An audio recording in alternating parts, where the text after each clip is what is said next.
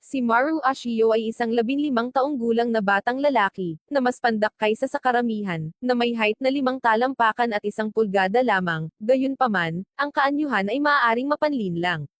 Sinanay niya ang kanyang katawan at isip sa loob ng maraming taon na may pangarap na makamit ang titulong Yokozuna, na ibinibigay sa pinakamalakas na sumo wrestler sa mundo ng professional sumo. Kakatapos lang graduate ng middle school, papunta na si Maru sa high school na sumo powerhouse, Ishigami High para tingnan ang sumo club nito at makakuha ng admission sa paaralan. Napansin niya ang isang babae na sinasamantala sa masikip na tren at pinahinto ito, at pinilit na pinababa ang nang sasamantalin na lalaki sa susunod na istasyon. Ipinahiya ni Maru ang lalaki sa publiko para sa kanyang mga aksyon, ngunit pinigilan siya ng station attendant, sa pag-aakalang siya ay isang nansasamantala din dahil nakasuot lamang siya ng kanyang mawashi belt. Siya ay pinakawalan ng ilang oras mamaya sa tanghali, na naging dahilan upang makaligtaan niya ang pagsasanay sa umaga ng sumo club. Nahihirapan si Maru na i-navigate ang kanyang daan patungo sa paaralan dahil maaga siyang bumaba sa isang istasyon, at mayroon lamang isang hindi magandang iginuhit na mapa na ginawa ng kanyang kaibigan. Sa di kalayuan, narinig niya ang pagtunog ng kampana ng paaralan at tumakbo siya patungo dito, sa pag-aakalang ito ay mula sa Ishigami High. Habang nakatingin sa front gate, narinig niya ang pamilyar na tunog ng hampas at kalabog ng sumo practice sa likod. Nasasabik siyang makitang kumikilos ang kilalang sumo club, dumiretso siya sa likod at umakyat sa bakod para sumali sa sumo wrestler na si Shin. Si Maru ay humanga sa kalidad ng sumo ring, na puno ng perpektong nakaimpake na dumi at isang matigas na border, na hindi maaaring hindi ginawa mula sa isang hose ng tubig na puno ng dumi. Kumpiyansa si Maru na ipinakilala ang kanyang sarili at sinabi ang kanyang layunin na maging Yokozuna pagkatapos maging pinakamalakas na sumo wrestler sa high school at nag-alok na magsanay sila. Bago makasagot si Shin, hinubad ni Maru ang kanyang kamiseta upang ipakita ang isang kahangahangang maskuladong katawan na may mga galos sa kanyang mga balikat. Inilagay ni Shin ang lahat ng kanyang lakas dito, ngunit napakadaling hinawakan ni Maru ang kanyang mukha at itinulak siya pababa sa lupa, at mabilis na natapos ang laban. Humanga sa kanyang husay, tinanong siya ni Shin kung bakit hindi niya narinig ang kanyang pangalan sa anumang opisyal na laban. Sinabi ni Maru na maaari lamang siyang lumahok sa ilang mga laban sa elementarya dahil sa ilang mga hindi magandang pangyayari, ngunit ngayon ay nagpaplano siyang sumali sa paaralan upang muling buhayin ang kanyang mapagkumpetensyang mga araw ng sumo. Masayang-masaya si Shin na marinig ang plano ni Maru na sumali sa sumo club. Sinuri ni Maru ang dojo ngunit nagulat siya nang makitang puno ito ng mga gang. Pinagsabihan ng gang si Shin sa pagpasok sa dojo, ngunit tumayo si Maru para sa kanya at ibinaba ang isa sa kanila sa lupa. Nagdudulot ito ng away sa dojo, at ang kanilang pinuno, si Gojo, ay pumasok sa eksena. Matapos marinig ang kaguluhan, iminungkahi ni Maru na subukan niya at ng kanyang mga gang ang sumo wrestling minsan, na naging sanhi ng pagtawa nilang lahat. Sumingit si Shin, same time na humingi ng tawad kay Gojo, at kinaladkad si Maru palayo sa dojo. Ipinaliwanag niya na si Gojo ang pinakamalakas na estudyante sa paaralan at may nakakatakot na reputasyon, sa kabila ng pagiging sophomore lamang, at nanalo siya sa kanto tournament para sa karate sa middle school. Sa madaling salita, mas mabuting huwag na lang kalabanan si Gojo. Tinanong ni Maru kung nasaan ang ibang miyembro, at sinabi ni Shin na siya lang ang miyembro. Nagtanong si Maru kung paanong ang sumo powerhouse, Ishigami High, ay mayroon lamang isang miyembro. Sinabi ni Shin na ang paaralang ito ay ang Daki High, at makatuwirang ninais ni Maru na sumali sa isang powerhouse para sa kanyang mga pambihirang kasanayan. Tiniyak ni Maru kay Shin na nakikita niya ang dedikasyon ni Shin sa sumo sa pamamagitan ng kanyang pangangatawan, at sa mahusay na pagkakagawa ng sumo ring. Nagpaalam siya at sinabing inaabangan niya ang muling pagkikita nila sa isang opisyal na paligsahan. Naglalakad si Maru sa Ishigami High kasama ang mga bagong direksyon na ibinigay ni Shin ngunit siya ay umikot lamang at nakarating muli sa Daki High. Nagpasya siyang tingnan ang likod ng bakod upang pasalamatan muli si Shin.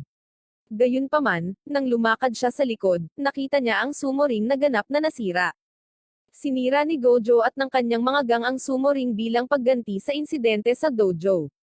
Naisip ni Shin na mag-quit sa sumo, sinabing wala siyang pakialam noong binubuli nila siya at tinawag siyang mataba, ngunit ngayon ay inalis na nila ang isang bagay na mahalaga sa kanya. Sa galit, hinarap ni Maru ang grupo ng gang at hinamon si Gojo sa isang tunggalian.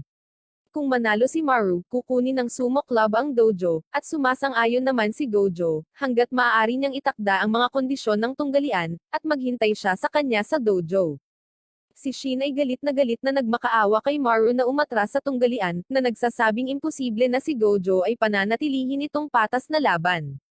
Hindi nagpapigil si Maru, isinasaalang-alang ang isang hamon upang mapabuti ang kanyang sarili para sa titulo ng Yokozuna. Nagdulot ito ng pagkabalisa ni Shin, na nagsasabing ang pinakamababang tangkad para sa pagpasa sa medikal na pagsusulit upang maging isang pro sumo wrestler ay 167 sentimetro, or halos 5 talampakan at 6 na pulgada. Masyadong pandak si Maru para dito at dapat itigil ang pag-iisip tungkol sa isang imposibleng pangarap. Sinabihan niya si Maru na bumalik sa bahay at haharapin niya ang iba. Pumasok si Shin sa dojo at sinabi kay Gojo na hindi magpapakita si Maru sa tunggalian, at gagawin niya ang lahat para kay Gojo para sa istorbong dinulot nila.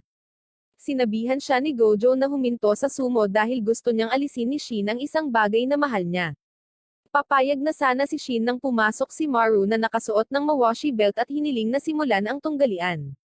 Sinabi niya kay Shin na alam niyang mas mahina ang katawan niya para sa sumo, ngunit binabawi niya ito sa kanyang malakas na fighting spirit. At dapat na magkaroon din ng malakas na fighting spirit si Shin at huwag sumuko. Sinabi ni Gojo ang kondisyon ng tunggalian, mananalo si Maru kung matitiis niya ang mga suntok ni Gojo sa loob ng 10 minuto nang hindi lumalaban. Walang takot, sinabihan siya ni Maru na magsimula na. Ang isang importanteng bagay ay, ang sumo ay isang sport kung saan mawawala ang anumang bahagi ng iyong katawan, maliban sa mga talampakan ng iyong mga paa, na dumampi sa lupa. Ilang taon na nagsanay si Maru para pataasin ang kanyang tibay, at nilabanan ang pagbagsak sa lupa sa kabila ng mga suntok. Ang buong estudyante ay nanunood sa pagkamangha habang siya ay nananatiling nakatayo sa buong tagal ng pagsusuntok. Kapag ang timer na itinakda ng isa sa mga gang sa loob ng 15 minuto sa halip na 10 ay natapos na, itinulak ni Maru si Gojo sa lupa sa isang pag-atake lamang. Dahil sa makapangyarihang pagkilos na pagtanto ni Shin na si Maru ay talagang ang 2 beses na kampiyon sa elementarya mula 3 taon na ang nakalilipas na tinawag na Unit Sune, or the Monarch National Treasure, para sa kanyang hindi kapani-paniwalang lakas. Natalo si Gojo at binigay sa kanya ang susi ng dojo. Si Shin ay time na nagpapasalamat kay Maru sa pagbawi ng dojo para sa kanya. Kinabukasan, pumasok si Shin sa dojo para makita si Maru, na nagsabing bihira siyang makakita ng taong tulad ni Shin na mahilig sa sumo, kaya sasama siya sa Dakihai para bumuo ng sumo club kasama niya. Naglalaban sina Maru at Shin sa maraming mga laban sa pagsasanay sa mga susunod na araw, ngunit inaasahan ni Maru ang mga opisyal na paligsahan. Tinukoy ni Shin na kailangan nila ng 5 miyembro sa club upang magparehistro para sa anumang mga paligsahan sa high school. Hindi pa nanghinaan ng loob si Maru, na nagtakda ng kanyang isip sa bagong misyon ng pag-recruit ng 3 pang miyembro. Sa araw ng pag-sign up sa club, nagdadala si Maru ng isang palayok na puno ng masarap na ramen upang akitin ang mga mag-aaral at mapasali sila sa sumo club.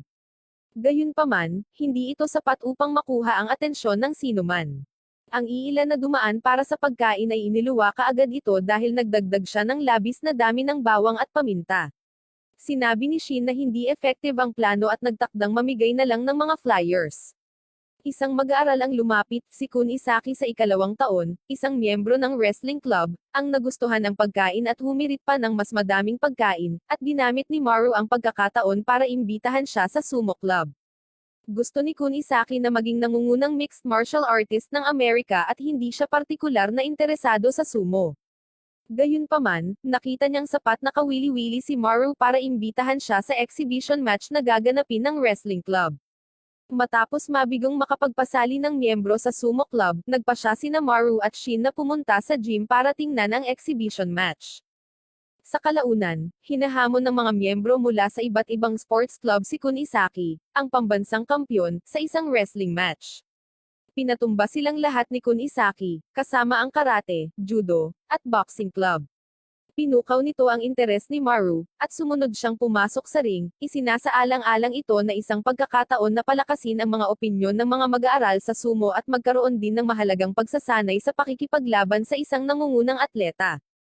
Tahasan na minamaliit ni Kun Isaki ang sumo bilang isang mahinang sports dahil habang nagpapatuloy ang wrestling at judo match hanggang sa hindi na makalaban ang kalaban, ang mga sumo match ay nagtatapos kaagad kapag may nakahawak sa lupa gamit ang parte ng katawan maliban sa kanilang mga paa.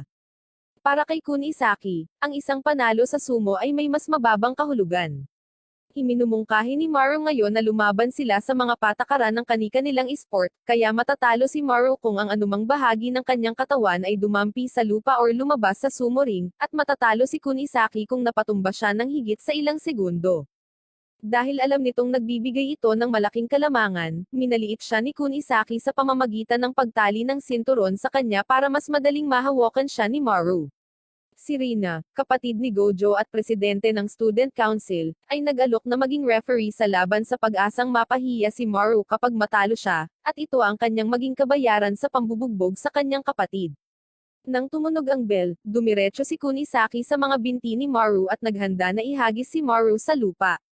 Ngunit kumawala si Maru sa kanyang pagkakahawak at hinampes ang kanyang ulo sa sahig. Ito ay isang agarang tagumpay para kay Maru sa isang sumo match, ngunit ang palabas ay dapat na magpatuloy. Bumangon si Kun Isaki at sinubukang salakayin si Maru, ngunit nag-counter-attack si Maru nang hindi man lang hinayaan ang kanyang mga tuhod na dumapo sa sahig. Ito ay nagpapakita kung gaano kahirap na pabagsakin ang isang malakas na sumo wrestler. Naglunsad ng mga pag-atake si Maru gamit ang isang open hand strike, at ibinagsak si Kun Isaki sa lupa sa pamamagitan ng pag-angat ng kanyang hita. Sa tuwing mapapabagsak niya si Kun Isaki, umaatras siya na parang sumo wrestler. Pakiramdam ni Kun Isaki na parang minamaliit siya, ipinagpatuloy ni Kun Isaki ang laban ng may matinding focus. Hinayla niya si Maru papasok at ipinalibot siya sa kanyang balikat upang ihagis siya sa kanyang likod, ngunit si Maru ay nakawala sa kanyang paggalaw at hinamped si Kun Isaki pababa gamit ang isang right underhand throw, isang hakbang na tinatawag na demon wheel. Natigilan sa kanyang kakayahang kontrahin ang pag-atake na iyon, isinuko ni Kun Isaki ang laban, at ang isang dismayadong Rina ang nagpahayag kay Maru na panalo. Pagkatapos ng laban, sumali si Kun Isaki sa sumo club matapos mapagtanto ang potensyal nito sa pagtulong sa kanya na makamit ang kanyang layunin na maging isang nangungunang mixed martial artist. Ang isa pang estudyante, si Kit, ay humiling din na sumali sa club pagkatapos ma-inspire sa laban. Sinabi ni Gojo sa kanyang kapatid na si Rina, na tapos na siya sa pagiging leader ng gang at sasali sa sumo club upang maging pinakamalakas. Kinabukasan, pumasok sina Maru at Shin sa isang kumikinang na malinis na dojo. Si Gojo, na maagang dumating, ay naglinis ng dojo at humiling na sumali sa sumo club. Ipinaubaya ni Maru ang desisyon kay Shin, na maraming taon nang binubuli ni Gojo. Si Gojo ay time na humingi ng paumanhin para sa kanyang mga maling gawain at hiniling kay Shin na isaalang-alang ang kanyang pagsali. Naramdaman ng kanyang sinseridad, pinatawad siya ni Shin at hinayaan si Gojo na maging bahagi ng sumo club. Sa pamamagitan nito, ang sumo club ay may kabuuang 5 miyembro, sapat na upang magparehistro para sa mga opisyal na paligsahan. Pagkarating ng lahat sa dojo, pumasok ang isang may itim na buhok at nakasalamin na lalaki. Siya si Choji, na sumali sa Dakihay dahil narinig niyang sumali si Maru sa sumo club ng paaralan. Pareho silang member ni Maru sa isang dojo noong elementarya pa lang sila, sinasabi niyang may pupunta niya ang club sa nationals bilang supervisor ng club nila. Pagkatapos inaayos ni Choji ang mga practice match kasama ang Igahay, ang runner-up team sa Inter-High School National Tournament noong nakaraang taon. Ang lahat ng miyembro ng Igahay ay may kahangahangang katawan, dojo upang magsanay ng sumo, patunay ng kanilang katayuan bilang isa sa powerhouse. Ang mga laban ay napaka-one-sided na nananalo ang Igahay sa mga laban. Pagkatapos naging sabik si Kun Isaki sa kanyang turn at gumamit ng isang wrestling move upang manalo. Dumating ang turn ni Maru, ngunit hindi na siya mahagilap. Sa labas ng dojo, nakita niya ang kanyang mga dating kakompetensya, sina Kuz at Karyo. Gaya ni Maru, itinuring din si Kuz bilang isang pambansang kayamanan sa sumo wrestling sa antas ng elementarya.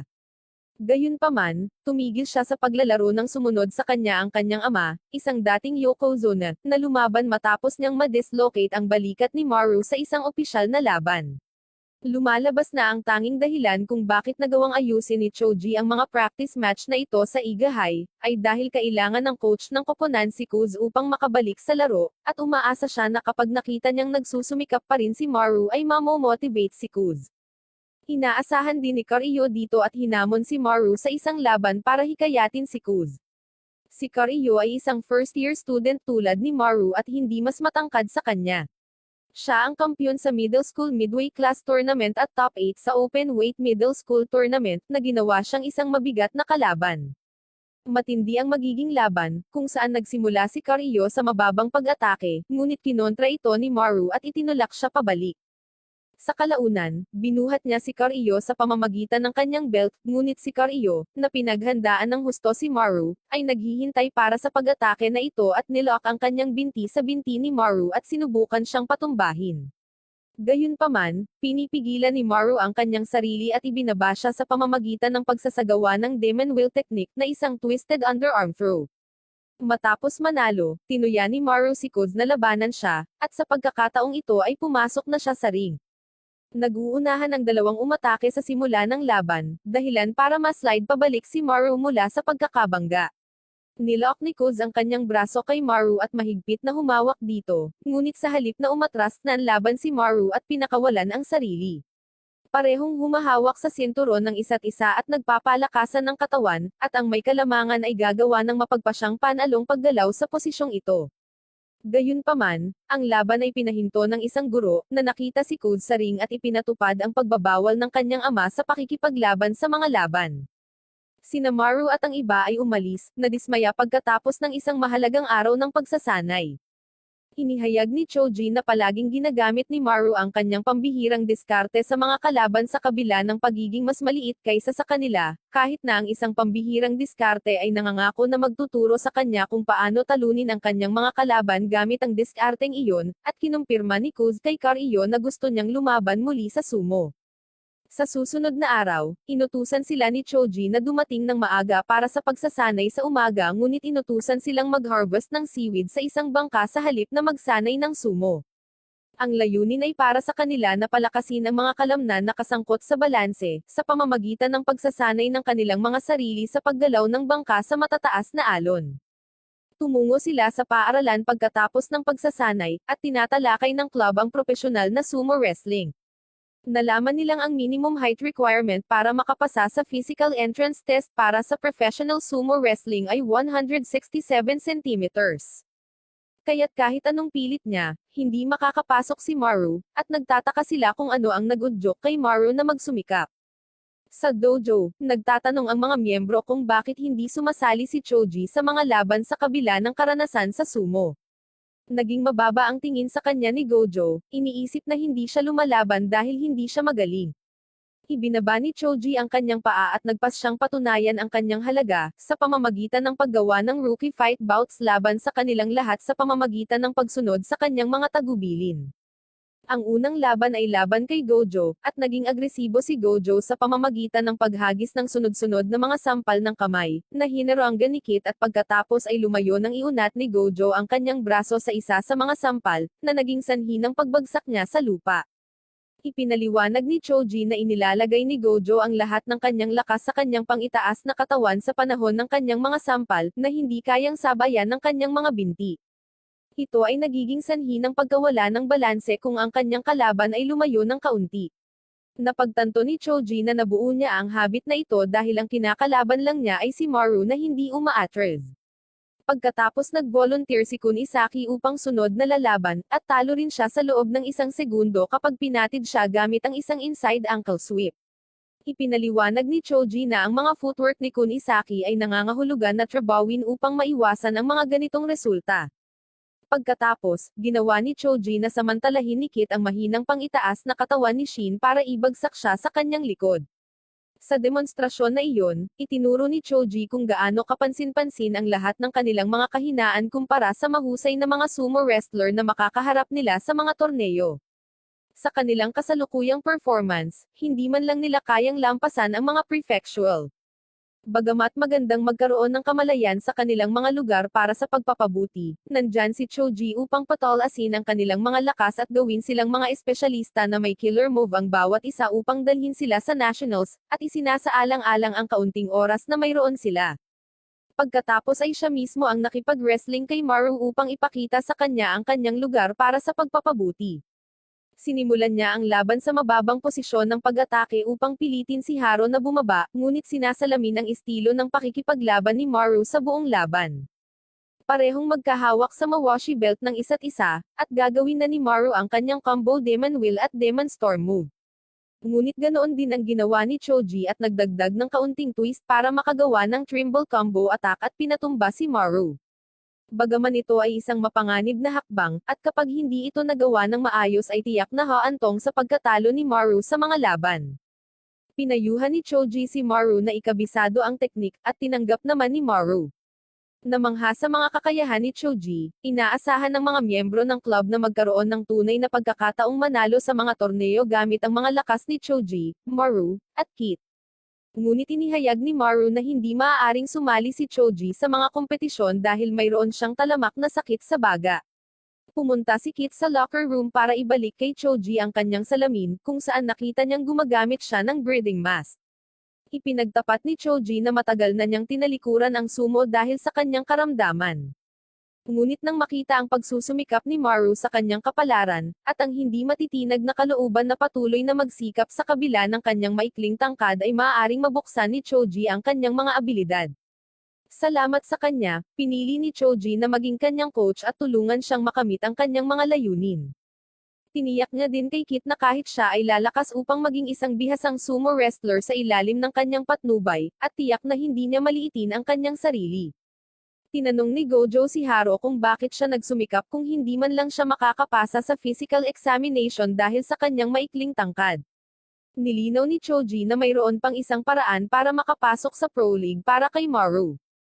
Kung manalo siya sa National High School Tournament, bibigyan siya ng titulong High School Yokozuna at aanyayahan na lumahok sa All Japan National Championship. Sa pagkapanalo dito, siya ay makakakuha ng entry sa Pro League nang hindi na kailangang dumaan sa pisikal na pagsusulit. Sa madaling salita, kailangan ni Maru na manalo sa National High School Championship or mawawalan siya ng pagkakataon na maging Yokozuna magpakailanman. Nakikita ang kanyang taos-pusong pagganyak, formal na hiniling ng club si Choji na maging kanilang coach upang gawin silang pinakamahusay na koponan sa Japan. Samantala, sa Yamatikuma residence, humingi ng paumanhin si Kud sa kanyang ama para sa paglabag sa kanyang pagbabawal na makipaglaban sa mga labanan. Nang tanungin siya ng kanyang ama kung ano ang naramdaman nito, sinagot niya na muli niyang minahal ang sumo at gusto niyang maging pinakamahusay, maging isang Yokozuna at isulong ang karangalan ng pamilya. Natutuwang marinig ang kanyang anak na magsalita para sa kanyang sarili sa unang pagkakataon, inalis ng kanyang ama ang pagbabawal at pinapayagan si Kud na gawin ang anumang naisin niya. Pinapagawa ni Choji sa mga miyembro ang mga kakaibang hindi kinaugalian na pagsasanay na haasa para sa bawat individual, at halos sinusundan ni Kun Isaki ang mga paggalaw ng isang goldfish sa isang mangkok upang mapabuti ang kanyang footwork.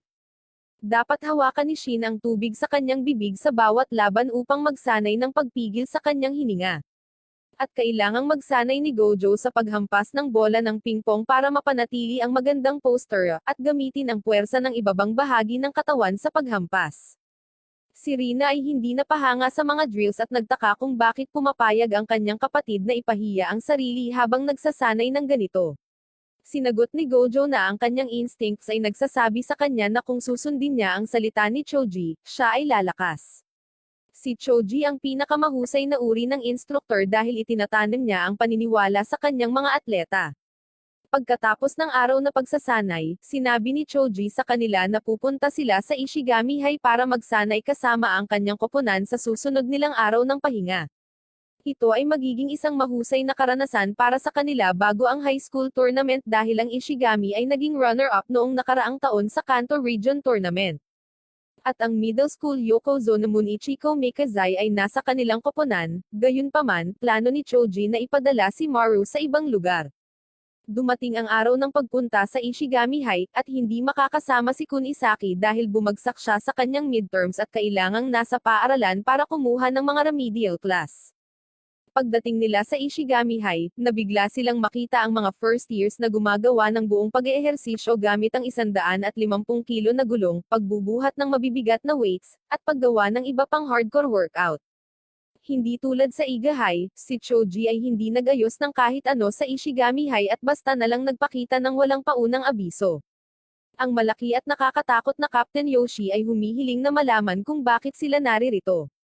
Nang marinig niyang mula sila sa Dachi High, nasasabik si Yoshi na makipaglaban kay Maru. Pero sabi ni Choji na hindi siya pumunta dahil may iba pa siyang dapat asikasuhin. Kung wala si Maru, walang nakikitang benepisyo ang kapitan sa pagsasanay kasama ang iba sa Dachi High Club. Sa sandaling iyon, ang isa sa mga first year ay nawala ang kanilang pagkakahawak sa 150 kilo na gulong, na naging dahilan upang gamulong ito patungo sa maliit na sikit. Si Shin ay likas na sinusubukang protektahan si Kit sa pamamagitan ng pagharang sa gulong gamit ang kanyang itaas na katawan. Sa kabutihang palad, lahat ng pagsasanay upang palakasin ang kanyang pangitaas na katawan ay gumana, at pinipigilan niya ang gulong nang hindi nasaktan. Ginagamit ni Choji ang pagkakataon para ituro na hindi lang si Maru ang malakas na miyembro ng sumo club. Bagamat hindi kumbinsido, hinahayaan sila ng kapitan na magsanay upang makabawi sa insidente ng gulong. Ang unang sparring session ay sa pagitan ni Gojo at ng isang second-year heavyweight class wrestler, si Kichi. Bago ang laban, pinayuhan ni Choji si Gojo na iwasang hawakan ang Mawashi belt ngunit sa halip ay gumamit ng karate-infused strike para itulak ang kanyang kalaban palabas ng ring. Gumagana ng maayos ang diskarte sa una, ngunit kalaunan ay nabawi ni Kichi ang kanyang composure at hinawakan ang belt ni Gojo. Kapag nangyari iyon, hudyat na matatapos na ang laro, at itinapon niya si Gojo sa lupa. Susunod ay ang sumo Captain Shin ng Dachi High. Naisip ni Captain Yoshi na siya ang pinakamalakas na miyembro ng club dahil napigilan niya ang gulong, at naitapat siya sa middle school Yokozuna Mizuki Seida, na isa sa pinakamalakas sa kanilang club. Nakapagtataka, hindi siya kalakihan at medyo maliit ang katawan. Magsisimula ang laban, at dumiretso si Shin para hawakan ang belt ni Mizuki, ngunit lumayo si Mizuki. Kahit ilang beses niyang subukan, patuloy na umiiwas si Mizuki sa kanyang mga pag-atake. Sa wakas, nilock ni Mizuki ang braso ni Shin gamit ang kanyang taktika upang pigilan siya na maabot ang kanyang belt. Sa pagmamotivate ni Choji, tiniis ni Shin ang matinding sakit at ginamit ang kanyang timbang para itulak si Mizuki patungo sa borderline. Malapit na siyang manalo, ngunit hinawakan ni Mizuki ang sinturon ni Shin gamit ang kanyang kamay, at kahit papaano ay iniugoy niya ang malaking katawan ni Shin sa labas ng ring sa isang paggalaw na tinawag niyang Crescent Moon. Sa pagtatapos ng laban, hiniling ni Mizuki sa club na sabihin kay Maru na inaasahan niyang harapin siya sa sumo sa isang tournament. Samantala, sa Dachi High, natapos ni Kun Isaki ang kanyang mga remedial class at uuwi na sana siya, nang maalerto siya ng isang estudyante mula sa ibang paaralan na naghihintay sa dojo. Pumasok siya upang makita ang isang lalaki na may malaking frame at isang astag na gupit, at hiniling ng estudyante kay Kun Isaki na tawagan si Maru. Ipinakilala niya ang kanyang sarili bilang Araki mula sa Ishigami High at pumunta siya sa Dachi High para i-scout ang sumo club. Sinabi ni Araki na gusto niyang maging pinakamalakas na mixed martial artist at sumali sa Ishigami High dahil nabalitaan niyang ito ang may pinakamalakas na sumo team. Nadismaya siya nang marinig si Maru, ang naging inspirasyon ni Koz na lumaban muli, ay hindi pumunta sa Ishigami. Pumunta si Araki sa Dachi High para makipag-sparring sana kay Maru. Pagkatapos, nagsinungaling si Kun Isaki at sinabing siya si Maru. Si Araki ay nagsimulang maglakad palayo, na sinasabing si Maru ay hindi kasing lakas ng kanyang inaakala, sinabing sa tingin pa lang sa kanya ay hindi na malakas at nagbago ang isip niya tungkol sa pakikipag-sparring sa kanya. Naiinis na minaliit siya, tinuya siya ni Kun Isaki at tinanggal ang butones ng shirt niya para lumaban, at pumasok sila sa ring at sinimulan ang laban. Sa sorpresa ni Kun Isaki, nagsagawa si Araki ng isang judo move, hinawakan ang braso ni Kun Isaki at inihagis siya sa kanyang balikat. Gayunpaman, si Kun Isaki ay nagawang melapag ang kanyang mga paa sa lupa at umatake para atakihin ang binti ni Araki ngunit nakaiwas ito. Nalilito si Araki at itinigil saglit ang laban at sinabi na hindi talaga siya si Maru. Inamin ni Kun Isaki na hindi talaga siya si Maru at maayos na ipinakilala ang kanyang sarili, sinabing gusto rin niyang maging pinakamalakas na mixed martial artist. Nagsimulang magtalo ang dalawa kung sino ang mas mahusay na MMA fighter, at biglang isang guro ang pumasok at pinalaya si Araki dahil sa pagpasok sa paaralan. Sinabi ni Araki na inaasahan niyang makita muli si Kunisaki sa Inter-High Tournament bago umalis. Sa kabilang banda, pinuntahan ni Maru ang address na ibinigay sa kanya ni Choji at napagtantong nasa Oyakata stable siya, nakilala sa pangangasiwa ng mga nangungunang pro. Gaya ng nakasanayan, si Master Oyakata at ang mga pro sumo wrestler ay nalulungkot kapag nakita nila kung gaano kaliit si Maru. Hindi nila siya tinuturing na seryosong kalaban at sinusubukan na aliwin siya na parang bata. Sinabi nila sa kanya na lumahok sa isang hamon kung saan kung manalo siya sa isa sa mga laban, maaari niyang iuwi ang Oyakata stable merch. Si Takuya, isang kamakailang nagtapos sa high school at newbie pro wrestler, ay nakatalagang makipag-spar sa kanya. Dahil doble ang laki niya kay Maru, plano ni Takuya na hayaang manalo si Maru. Sa huli, pagkatapos magpanggap na nahihirapan sa laban, gayunpaman, pagkatapos makita ang panimulang mga stamp ni Maru, sinabi ni Oyakata kay Takuya na seryosohin ang laban. Nagsimula ang laban, at agad na bumangga si Maru sa katawan ni Takuya at tinulak siya palabas ng ring. Sa pagpapakita ng kanyang kakayahan, hiniling ni Maru kay Oyakata na hayaan siyang seryosong magsanay kasama niya. Nag-iisip ng mabuti si Oyakata kung ano ang magiging desisyon niya, dahil si Master Oyakata ay hindi din katangkaran kaysa sa karamihan ng mga wrestler, ngunit hindi ito naging hadlang sa kanyang pag-atake ng direkta sa mas malalaking kalaban, katulad ni Maru. Pinagkadalubhasaan ni Oyakata ang pamamaraan ng ilang dekada ng matinding pagsasanay. Umaasa si Choji na makikita ni Oyakata ang talento ni Maru at mag-abayan din siya. Ang Master Oyakata ay nanunood habang madaling tinatalo ni Maru ang kanyang mga pro sumo wrestler sa Sandam Division, na siyang ikatlong antas sa profesional na sumo. Ang pakikipaglaban ni Maru ay nagpamangha ng husto kay Norihiro na isang pro level na pumayag na makipag-spar sa kanya. Si Maru ay umatake sa sandaling magsimula ang laban, ngunit si Norihiro ay nanatili sa posisyon at nagsagawa ng headbutt kay Maru, dahilan upang siya ay mawalan ng balanse, at agad siyang ibinagsak ni Norihiro sa lupa. Ilang rounds pa ang ginagawa nila, at natalo si Maru. Maya-maya, hindi na pumayag si Norihiro sa anumang laban dahil naiintindihan niya ang teknik ni Maru. Ipinaliwanag niya na tinuruan siya ng kanyang master na maging parang tubig, maging malumanay habang humahampas din ng malakas na puwersa. Gayunpaman, lumalaban si Maru na parang apoy, palaging nagngangalit ngunit medyo mahina pa. Humingi si Maru ng isa pang laban, na nagsasabing nais niyang maging isang Yokozuna. Naiinsulto si Norihiro dahil parang pambata ang sinabi ni Maru, habang naiintindihan ni Norihiro ang hirap na dapat tiisin para matamo ang titulo. Pumayag siya sa isang huling laban para turuan ng magandang leksyon si Maru. Sa pagkakataong ito, si Maru ay bumababa hanggat maaari at sa hindi inaasahang lakas ay hinawakan ang sinturon ni Norihiro mula sa ibaba, at sinubukan siyang ihagis sa pamamagitan ng pagbubuhat sa kanya.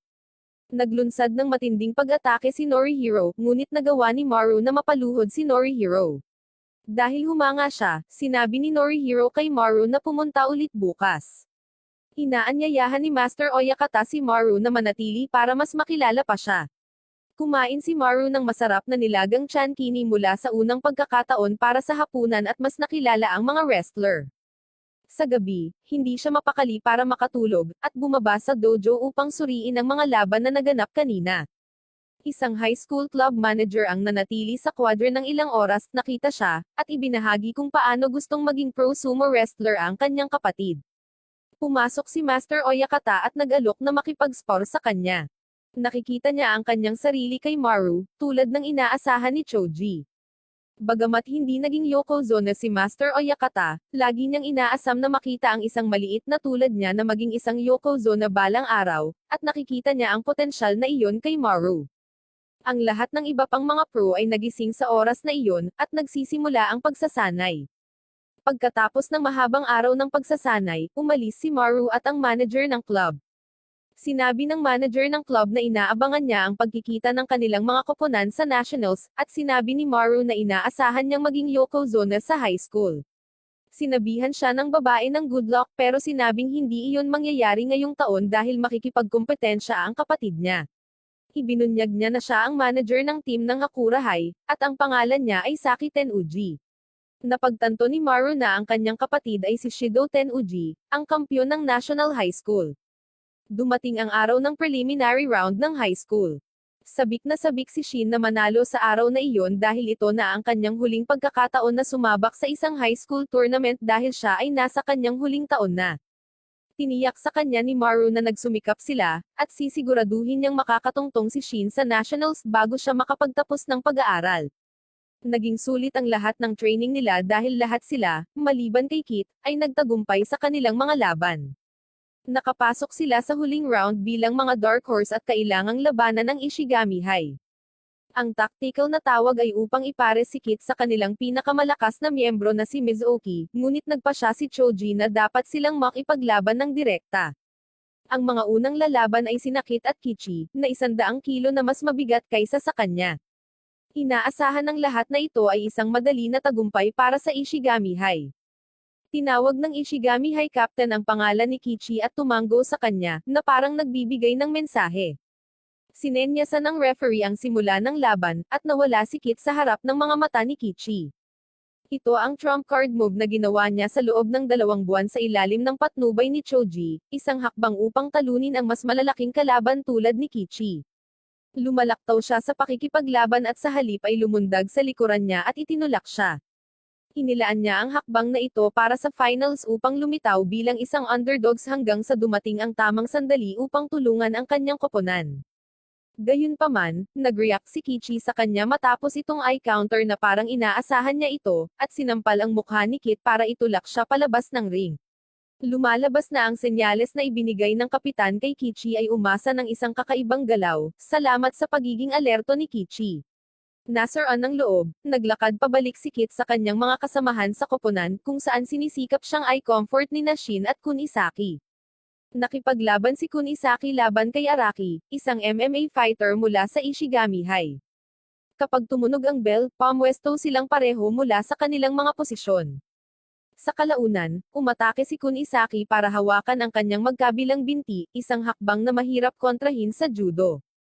Inaasahan ito ni Araki, at nag-counter-attack ng isang inner shoulder through, ngunit ang mahigpit na pagsasanay ni Kunisaki sa footwork ay nagpapahintulot sa kanya na mahigpit na humawak sa lupa.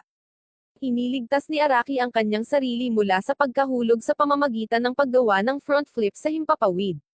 Sinusubukang patumbahin siya muli ni Kunisaki habang wala siyang balanse, ngunit si Araki ay naglunsad ng isang grab arm technique, isang uri ng sakripisyong paghagis sa judo. Sa huling sandali na halos mapahamak si Kunisaki na matalo, ginaya niya ang teknik ni Maru na Demon Wheel at hinampid si Iraqi sa lupa, na nagpapanalo sa kanya sa matinding laban. Dahil pantay ang score ng dalawang paaralan, susunod si Gojo laban sa Captain Yoshi ng Ishigami High.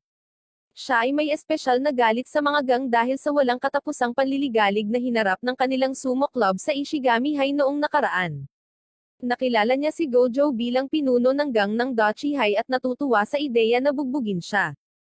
Si Yoshi ay isang wrestler na karaniwang umaatake ng una, kaya ang paglapit masyado ay nakamamatay para sa kanyang mga kalaban.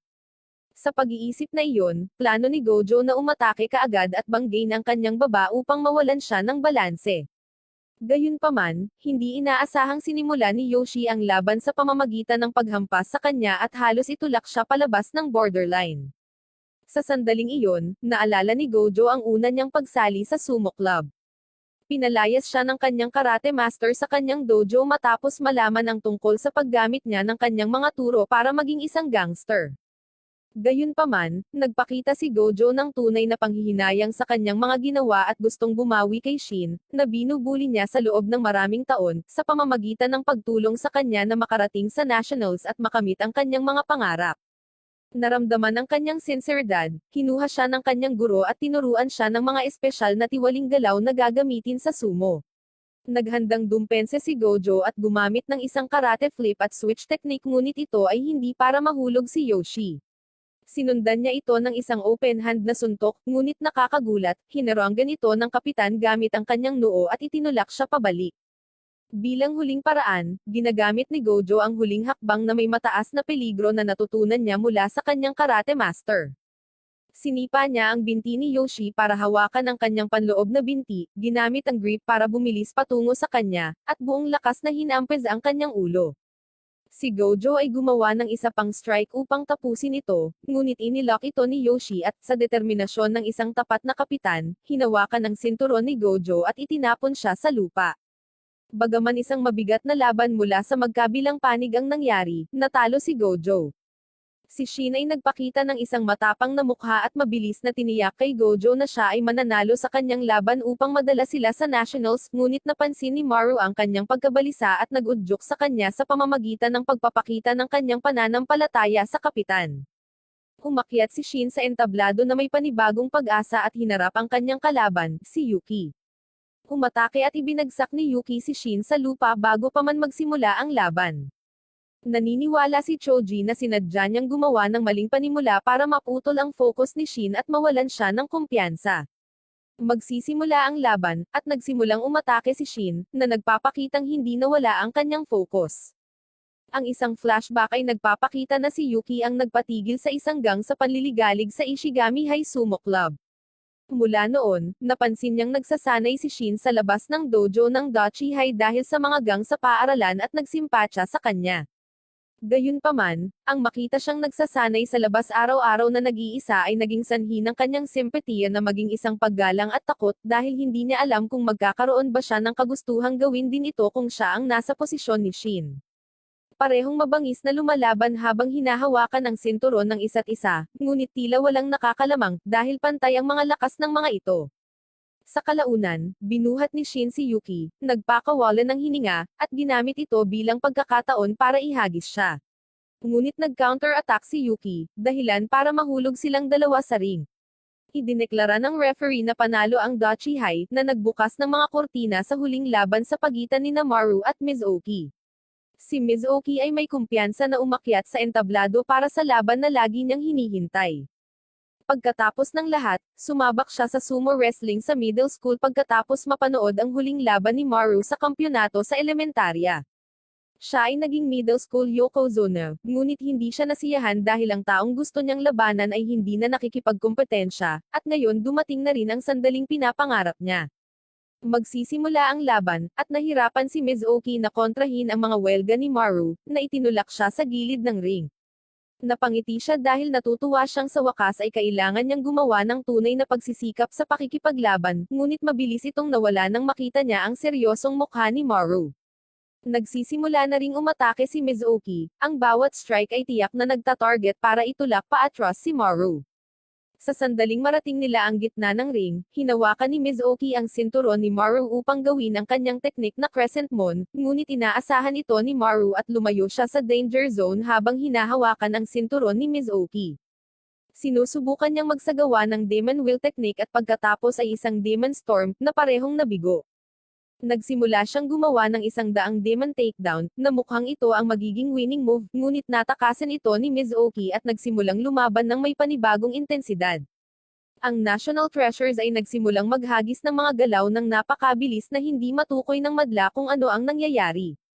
Sa isang punto, mahigpit na nilock ni Mizuki ang braso ni Maru, ngunit hinayla ito ni Maru at hinawakan ng dalawang kamay niya ang sinturon ni Mizuki para ihagis siya. Ngunit si Mizuki ay nananatili pa rin sa kanyang kinatatayuan. Lumayo si Mizuki sa kanyang kinatatayuan, hinawakan ang sinturon ni Maru gamit ang isang kamay, at itinapon siya sa kanyang balikat gamit ang kanyang crescent move technique. Inaasahan ng lahat, pati na si Maru, na siya ay tatama sa lupa pagkatapos nito. Gayunpaman, sa huling sandali, pinilit ni Maru ang kanyang sarili na lumabas sa pagkakalock ni Mizuki kapalit ng pagkakasugat sa kanyang kanang braso. Tinapos ni Maru ang laban sa kanyang 3-combo attack na binansagan niyang 100,000 demonyong drop, sa wakas ay hinampid si Mizuki sa lupa. Sa kamanghamanghang tagumpay ni Maru, ang Dachi High ay nanalo sa Inter-High School Championships Preliminary Round, isang resulta na hindi inaasahan ng sinuman ngunit lahat ay nagpalakpakan para sa kanilang koponan. Sila ang magiging kinatawan ng Chiba Prefecture sa Nationals. Pagkatapos ng mga laban, lahat ay nagpapahinga sa kanilang mga tolda. Mukhang hindi masyadong seryoso ang pinsala ni Maru, ngunit bahagyang na-dislocate ang balikat ni Mizuki at nagkaroon ng matinding pinsala mula sa laban. Inaako ni Mizuki ang buong responsibilidad sa pagkatalo ng Ishigami High at humingi ng paumanhin. Si Captain Yoshi ay humiling sa kanya na manatili sa Ishigami High Sumo Club para sa natitirang bahagi ng high school, at magtagumpay sa susunod na mga laban kapag siya at ang iba pang ikatlong taon ay magtapos sa huling bahagi ng taong ito, at malugod niya itong tinanggap niya. Pagkatapos ng mga laban ng koponan, magsisimula ang preliminary round para sa mga individual na laban, at ang pinakamataas na tatlong kalahok ay mapupunta sa nationals. Ang dynamic sa mga individual na laban ay ganap na naiiba kung saan ang mga taong naging teammate sa ilang sandali ay maaaring kailanganing lumaban sa isa't isa upang manalo. Si Shin, na umuunlad sa positibong suporta mula sa kanyang koponan, ay nag-ambala sa kanyang unang individual na laban at halos hindi nanalo laban sa kanyang kalaban. Samantala, mabangis na lumaban si Maru sa loob ng ring sa kabila ng kanyang pinsala sa braso. Si Kunisaki ay pinanghahawakan din ng pressure dahil alam niya ang mga pangarap ng kanyang mga kasamahan sa koponan. Napagpasyahan niyang parangalan sila at ipaglaban ang lahat at nanalo sa pamamagitan ng paggamit ng unang quarter moon move ni Mizuki sa kanyang unang laban, na nakuha niya mula sa pagmamasid sa huling laban ng koponan. Madaling nanalo si Gojo sa kanyang laban sa isang mapagpasyang pag-atake din. Dumating ang nakakatakot na sandali ng pagharap sa isang teammate sa isang laban sa pagitan ni Maru at Kunisaki, ngunit pareho silang determinadong manalo. Sinimulan ni Kunisaki ang laban sa pamamagitan ng paggaya sa isa sa mga galaw ni Akari, at patuloy na gumagamit ng kombinasyon ng mga diskarteng na obserbahan niya mula sa mga laban ng koponan, na nagpapakita ng kanyang kakayahang mag-improvise. Gayunpaman, ang lahat ng ito ay mga distractions, at sa wakas ay nagsagawa siya para sa kanyang tunay na teknik kung saan niya hinawakan ang sinturon ni Maru. Ngunit pinigilan siya ni Maru sa pamamagitan ng pag-headbutt sa kanya. Sa wakas, hinawakan ni Maru ang sinturon ni Kunisaki sa isang kamay para gumawa ng underarm throw, at inilagay ang isa pang kamay sa ilalim ng kanyang panloob na hita upang itulak ang ibabang bahagi ng katawan pababa, isang hakbang na tinatawag na hand throw demon technique. Sa pamamagitan nito, nanalo siya sa laban. Pagkatapos ng laban, nilagyan ni Maru ng cast na may yelo ang kanyang nasugatang braso. Hiniling niya kay Choji na ilihim ang kalubhaan ng pinsala dahil ayaw niyang mag-alala sa kanya ang kanyang mga kasamahan sa koponan. Sinubukan ni Choji na mga tuwiran sa kanya, sinabing hindi siya nag-iisip na palalay ng kanyang pinsala sa pamamagitan ng pakikipaglaban sa isang kasamahan sa koponan, ngunit sinabi ni Maru na gusto niyang ipakita sa kanila ang paggalang sa pamamagitan ng pakikipaglaban sa kanila ng buong lakas, at pumayag din si Choji na itago ang kanyang sikreto. Natalo si Kit sa kanyang unang individual na laban, at habang lumalabas ng entablado hiniling ni Choji sa kanya na panatilihin ang tiwala sa kanya, at tutulungan niya itong lumakas bilang isang manlalaban na maaaring manalo sa kampyonato ng pambansang koponan. Sumang-ayon si Kit dito at aabangan ang ibibigay na mga pagsasanay. Nanalo si Shin sa kanyang mga laban, at dumating ang panahon na kailangan niyang harapin si Maru sa isang laban. Dahil si Shin ay nasa kanyang huling taon, ito na lamang ang kanyang opisyal na laban-laban kay Maru, at balak niyang ilabas ang lahat ng kanyang makakaya. Naglunsad ng pag-atake si Maru para mapigilan ang pag-atake ni Shin sa pag-uumpisa ng laban. Sa ilang sandali, napansin ni Shin na hindi gaanong kalakas ang pagkakahawak sa kanya ni Maru gaya ng dati, at napagtanto niyang malala na ang pinsala sa braso ni Maru. Dahil ayaw niyang masaktan ang kanyang kakampi, humina ang pagkakahawak ni Shin, ngunit ginamit ni Maru ang lahat ng kanyang lakas para itulak siya patungo sa borderline, na nagpabalik kay Shin sa mode ng pakikipaglaban. Sa kabila ng sakit sa kanyang braso, sinubukan ni Maru na tapusin ang laban gamit ang isang demon will, ngunit si Shin ay matatag na itinapak ang kanyang mga paa sa lupa at binuhat si Maru. Dahil dito, napanatili lamang ni Maru ang mahigpit na pagkakahawak sa isang layer ng sinturon ni Shin, na nagpapahirap sa kanya na maglapat ng puwersa. Nagdesisyon si Maru na huwag na lang ihagi si Shin, at ginamit ang huling lakas niya para subukang itulak siya palabas ng borderline. Bagamat kapwa nagpakita ng mahigpit na laban, sa huli ay natalo si Shin, dahil ang isang paa niya ay lumabas sa borderline na ginawang panalo si Maru. Nagkamayan ang dalawa pagkatapos ng mahigpit na laban, na alam ng dalawa na binigay nila ang lahat ng kanilang lakas. Si Maru ay naging kampyon ng individual na preliminary round, habang si Captain Yoshi mula sa Ishigami High ang runner-up. Kinabukasan, pumasok ang mga miyembro ng sumo club sa paaralan para sa hindi inaasahang palakpakan at pagdiriwang. Binabati sila ng buong pulutong ng mga mag-aaral sa entrance sa kanilang tagumpay na pumunta sa nationals. Ang lahat ng miyembro ay tinatawag sa entablado tulad ng mga kilalang tao, at personal silang binabati ng punong guro. Sa kanyang opisina, humiling si Choji ng dagdag na budget para sa club, na nakakagulat na sumang-ayon siya.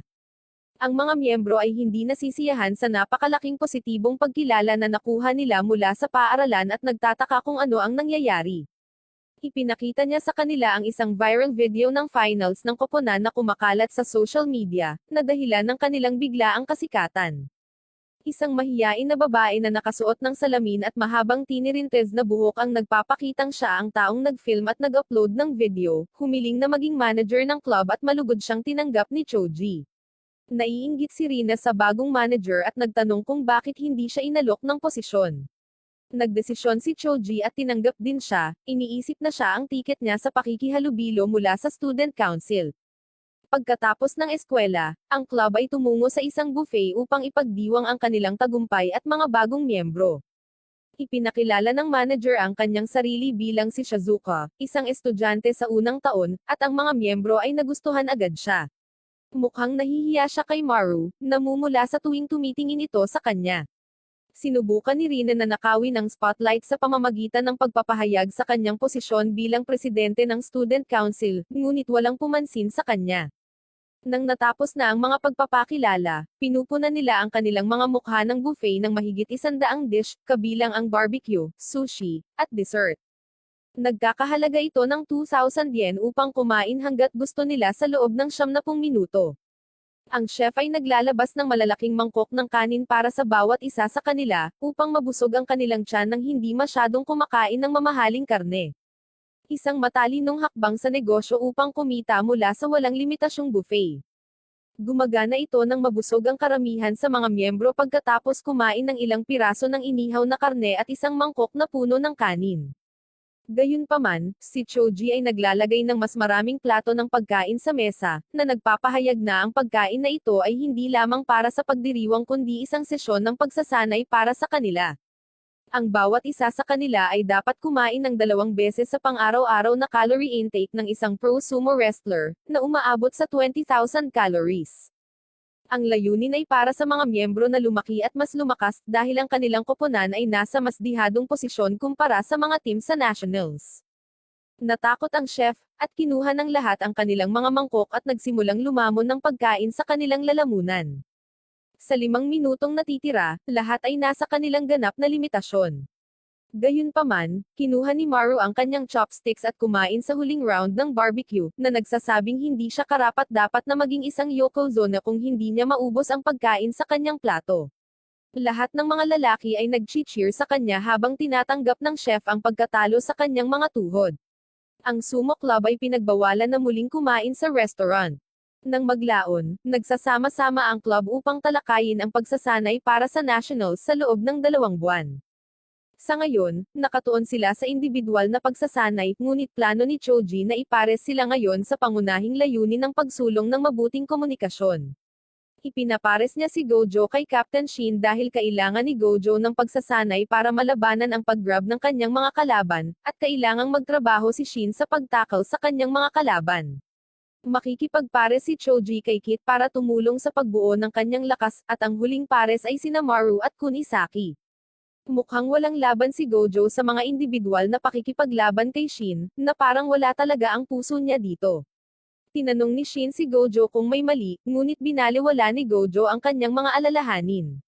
Sinisikap ni Shin na mag-open up siya, sinasabing ang buong punto ng pagpapares ay ang pakikipag-usap sa isa't isa.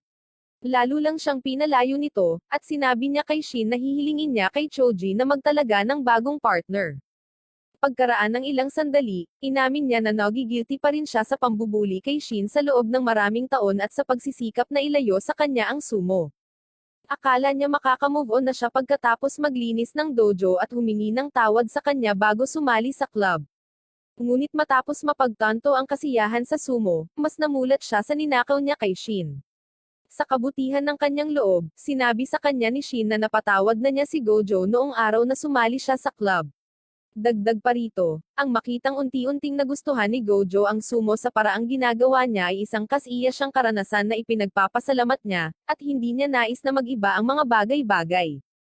Sa wakas, napagtanto ni Gojo ang lahat ng sinabi sa kanya ni Shin, at bumalik sila sa pagsasanay ng may buong lakas. Pagkatapos ng pagsasanay, nanunood sina Maru at Choji ng mga recording ng mga laban ng kasalukuyang kampyon sa high school si Shido Tennoji, upang malaman ang mga taktika para talunin siya. Gayunpaman, nag-aalala sila na imposible ito sa kaunting oras na mayroon sila. Si Choji ay nakatanggap ng tawag mula kay Master Oyakata, na nag-imbita sa sumo club na magsanay kasama ang kanyang team sa katapusan ng linggo sa Nagoya, kung saan sila ay naghahanda para sa isa sa mga pro tournament. Sa ilang libreng oras bago makipagkita sa Master, nahahati ang club sa dalawang grupo, ang isa ay nagtutuklas ng mga pagkain sa Nagoya at ang isa ay bumibisita sa Nagoya Castle. Masigasig na nagboluntaryo si Maru na makipag-wrestling match sa isang sikat na sumo actor, ngunit nakipagtalo sa ibang lalaki na gustong makipag-wrestling rin sa kanya. Pagkatapos, hinahamon ni Maru ang estranghero sa isang labanan upang magpasya kung sino ang makakalaban ng sumo actor kung saan sumang-ayon ang estranghero. Lumalabas na ang higanti na lalaki ay si Hikage, isang national treasure at isang malakas na kalaban para sa titulo ng high school na Yokozuna. Sinabihan ni Choji si Maru na umatras, ngunit hinawakan ni Maru si Hikage upang gawin ang kanyang demon drop technique para lamang makaramdam sa gitna ng laban na matatalo siya kung gagawin niya ang kanyang technique. Tinutuya siya ni Hikage na gawin ang kanyang teknik, ngunit naantala ito ng mga miyembro ng kanyang koponan na naghahanap sa kanya at huminto sa laban dahil may mga gawain siyang dapat tapusin para sa club. Habang umaalis, binati ng kapitan ng Good Luck si Maru, na tinawag siyang 3-combo attacker. Ang miyembro ng Dachihay ay natigilan sa sinabi nito dahil malinaw na indikasyon ito na alam nila ang tungkol sa kanyang espesyal na teknik, at alam na nila kung paano ito kokontrahin. Sa dojo, hiwalay na tinawag ni Norihiro si Maru at inanyayahan siyang magsanay kasama ang mga high-level wrestler sa isang lugar. Sinundan ni Narina at Shizuka si Maru at palihim na ni-record ang mga laban para kay Choji. Si Maru ay nakatanggap ng pangungutya mula sa iba pang elite pros na itinuturing siyang masyadong mahina upang maging sulit ang kanilang pagsasanay. Bago ang torneo sa Nagoya, nagpasya si Maru na patunayan ang kanyang mga kakayahan sa pamamagitan ng pagpasok sa ring at pakikipaglaban sa isang elite na sumo wrestler. Nagpasya si Maru na alisin ang takot na naramdaman niya sa pakikipaglaban niya kay Hikage at inilagay ang lahat sa linya sa pamamagitan ng paggawa ng demon drop technique. Gumagana ito, at matagumpay na itinapon ni Maru ang kanyang elite pro na kalaban sa lupa. Sinisiguro ng panalong ito ang kumpiyansa ni Maru sa kanyang ultimate technique. Ang iba pang mga elite pro wrestler ay pumili upang harapin ang kanyang ultimate technique, ngunit sa lalong madaling panahon ay sinimulan nila itong kontrahin. Humihingi ng rematch ang natalo niyang elite pro wrestler, ngunit madali niyang kinontra ang technique ni Maru sa pagkakataong ito. Bagamat kahanga-hanga sa una, itinatampok nila kung paanong ang kanyang teknik ay maraming kahinaan, at hindi gagana ng 2 beses sa malalakas na kalaban. Masyadong nadismaya si Maru, iniisip na nawala sa kanya ang lahat ng kanyang pinaghirapan. Gayunpaman, binalik niya ang kanyang composure at nagsisikap na magsanay ng mas mahirap. Isang matandang lalaki na nanonood ng performance ni Maru kasama si Narina at Shizuka ang pumasok sa tent para kausapin si Maru. Pagpasok pa lang niya, lahat ng pro-elite wrestler ay agad na yumuko bilang paggalang. Dinala sila ng matanda sa isang napakalaking lumang dojo na nababalot ng alikabok. Ipinahayag niya ang kanyang sarili bilang isang dating Yokozuna, at nais na maging tagapagturo ni Maru upang patalasin ang kanyang demon drop technique sa isang tunay na sandata.